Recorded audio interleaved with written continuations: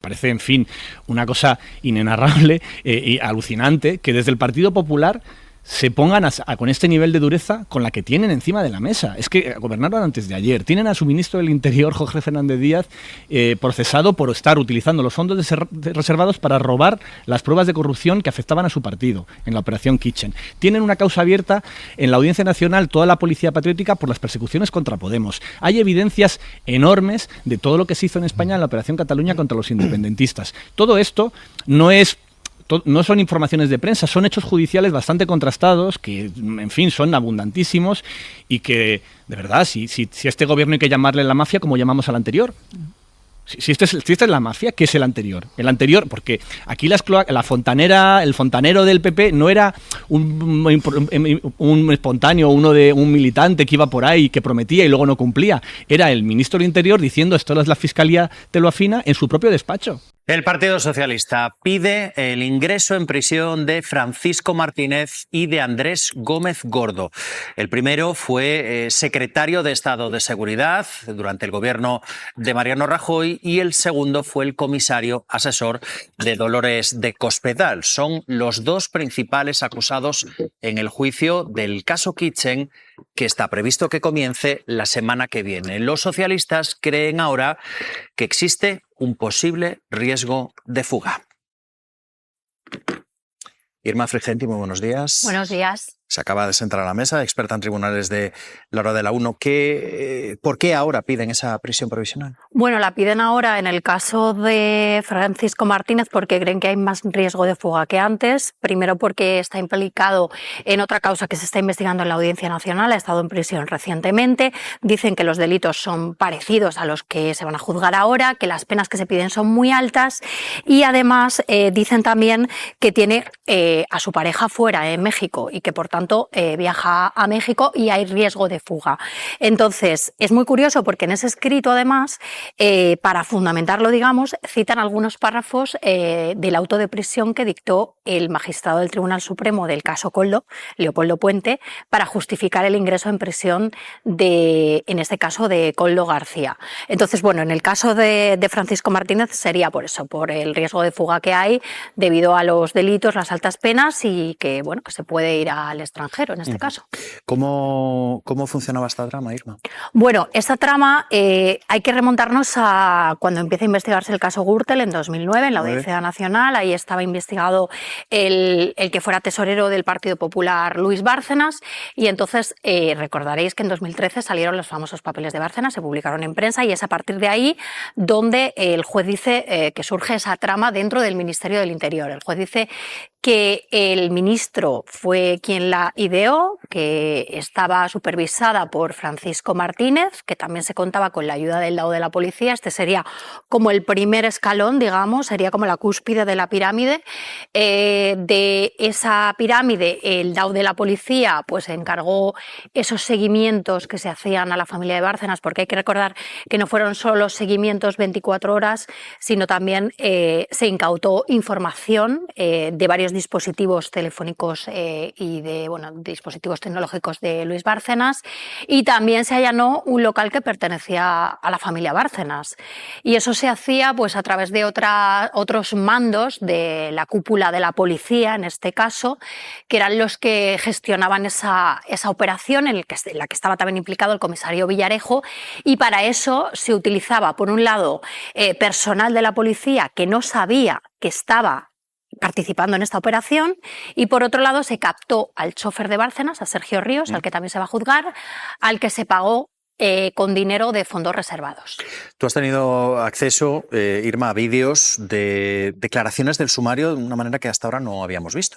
No, la verdad es que no, porque fíjate, hasta ahora lo que habíamos era escuchado esas declaraciones, que era lo que había, los audios. Pero es la primera vez que vamos a ver las declaraciones que constan en el sumario, y lo que vamos a ver hoy es el careo que tuvieron Fernández Díaz, en este caso, y su número 2, Francisco Martínez, que fue un careo bastante tenso, por cierto. El careo fue este, vean. ¿Yo qué? Ayudar. Es decir, si no estabas investigado y no me constaba que hubieras cometido nada irregular, nada ilegal, ¿me quieres decir, Paco, me quieres decir de qué yo te tenía que proteger y cómo te podía proteger? Porque para yo no era empezar, ministro. no declarando cosas que a mí me perjudicaban. Porque te voy a decir una cosa, y te lo digo mirándote a los ojos. Si hubiera podido hacer algo por ti, lo hubiera hecho. Me has llamado cabrón, me has llamado hijo de puta, me has llamado miserable, junto con Mariano Rajoy y Soraya Sáenz de Santamaría. Me has llamado bobo, con distintas personas, desde Pino, desde el comisario García Castaño, porque has hablado con medias caras. Por tanto, no había mucho afecto de ti hacia mí. Hombre, claro que no. No, hubiera sido más fácil que me hubieras citado tu defensa como testigo y yo hubiera venido aquí a decir la verdad. Que no sabes nada. Ah, pues dila, si dices que no sabes nada. No sé nada de la operación Kitchen.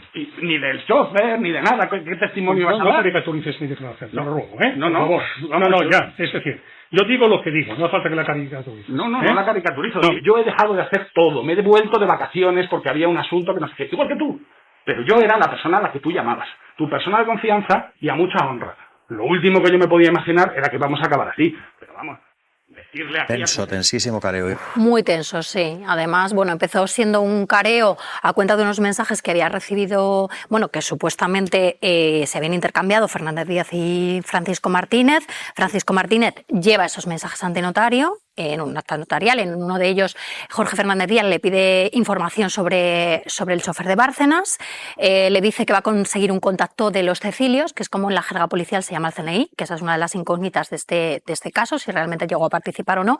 Y bueno, pues eso, a cuenta de esos mensajes se hizo ese careo, porque Fernández Díaz negaba haber sido el autor de esos mensajes y de hecho llega a decir que están manipulados. Entonces el careo empieza por ahí, pero es cierto que al final acaba siendo un momento muy tenso en el que se echan en cara incluso cosas personales, ¿no? O sea, Francisco Martínez le dice que se ha sentido abandonado, que se ha sentido dejado de lado por él, y Jorge Fernández Díaz le llega a reprochar los insultos que Francisco Martínez pues ha preferido en diferentes conversaciones con diferentes personas. Bueno, vamos a repasar el calendario. El lunes comienza ese juicio, está ya ese calendario provisional hasta el próximo mes de junio. El 20 de abril será el turno de Bárcenas y de Rosalía Iglesias, solo 3 días después. Ya el 23 de abril, 3 pesos pesados. El expresidente Mariano Rajoy, María Dolores de Cospedal y también Juan Ignacio Zoido. Y el 27 de abril, turno para Javier Arenas y la exvicepresidenta primera Soraya Sáenz de Santamaría. Ya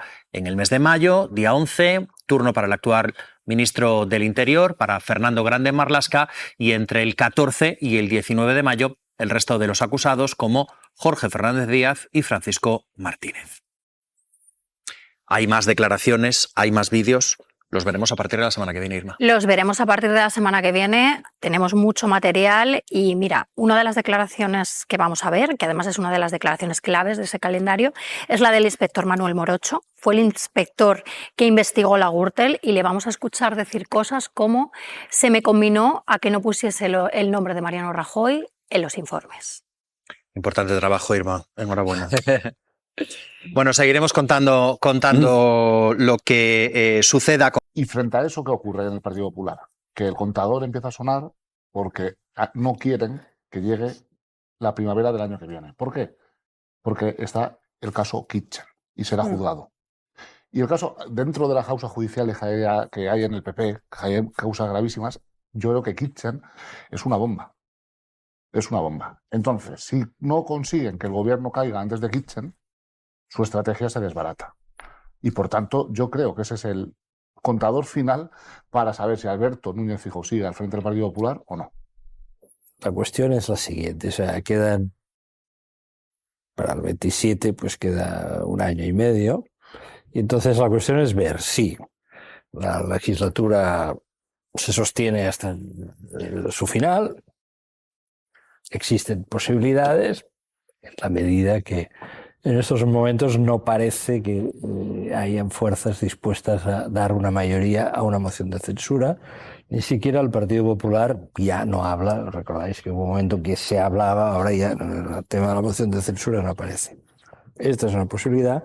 La otra posibilidad es que la legislatura pudiese colapsar por situaciones, digamos, externas al Parlamento, como podría ser algún tipo de condena o de instrucción judicial, ¿no? Y entonces yo creo firmemente, y con esto concluyo, en estas sentidas apelaciones del juez Manuel Marchena a la independencia del Poder Judicial español. Bueno, pues me parece una confirmación de que el Partido Popular y Alberto Núñez Feijóo lo apuestan todo al tema de la corrupción, con independencia de cómo le vayan o no los sondeos, que creen que el talón de Aquiles de este gobierno no es la economía, no es la política social, no es la política exterior, no es ni siquiera las cuestiones de igualdad, por supuesto mucho menos el aborto, que es un gran problema para el Partido Popular, y cree que la línea, el agujero en el que puede seguir hurgando y escarbando es la cuestión de la corrupción, y parece que no se va a apartar de ahí. El problema que eso tiene es, primero, hasta qué punto eso es lo que preocupa en este momento a los españoles. Parece que a la vuelta del verano toda la agitación que nos provocó el encarcelamiento preventivo, es importante recordarlo, de Santos Cerdán, se ha apaciguado un poco y estamos más ocupados de otros asuntos que nos afectan más directamente. Y pues hay una cuestión que me llama muchísimo la atención en las declaraciones de Alberto Núñez Feijóo, ¿no? Que es ese comentario de que siga sorprendido de que nadie retire su confianza al presidente del gobierno. Alberto Núñez Feijóo no es un tertuliano, no es un comentarista. No soy yo, ni eres tú, Silvia, ni ninguno de los que estábamos en la mesa, que es un comentario que podríamos hacer. Él es el líder de la oposición. Él sí puede hacer algo para representar en el Congreso de los Diputados ese notable estupor con el que se siente tan identificado. Él puede presentar una moción de censura. El argumento que se nos suele decir es que no la ganarían. Bueno, pero es que para eso se presenta la moción de censuras. A veces se ganan y a veces se pierden. Felipe González presentó una para perderla y presentó oficialmente su candidatura y puede que explicase el gran triunfo socialista en el 82.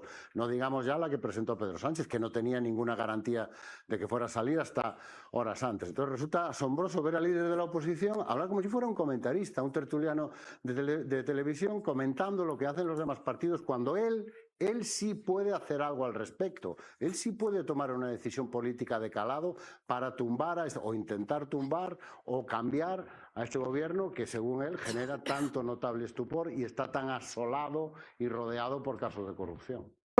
En el que hablaban de una arquitectura financiera compleja para obtener esos cobros, este rastreo de las cuentas es más necesario.